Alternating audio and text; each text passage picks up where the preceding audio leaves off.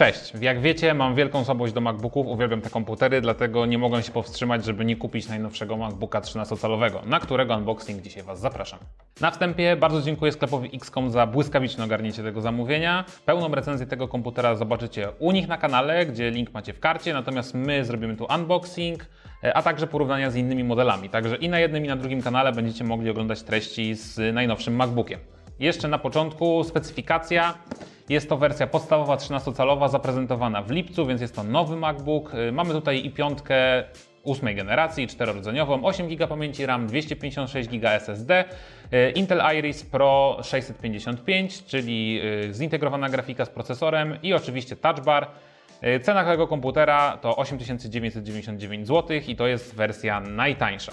Żeby zbędnie nie przedłużać, przechodzimy do unboxingu. Rozetnijmy sobie folię.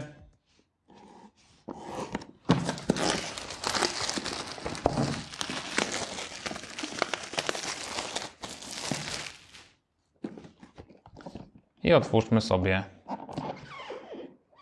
nasz karton. Naszym oczom ukazuje się MacBook. Nim zajmiemy się za chwilkę.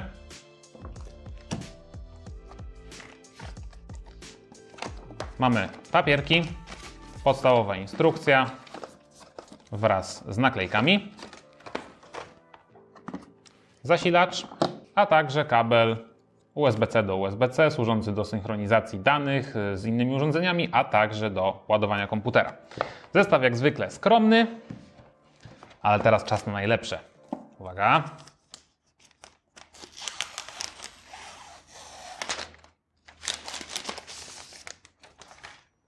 I naszym oczom ukazuje się nowy MacBook.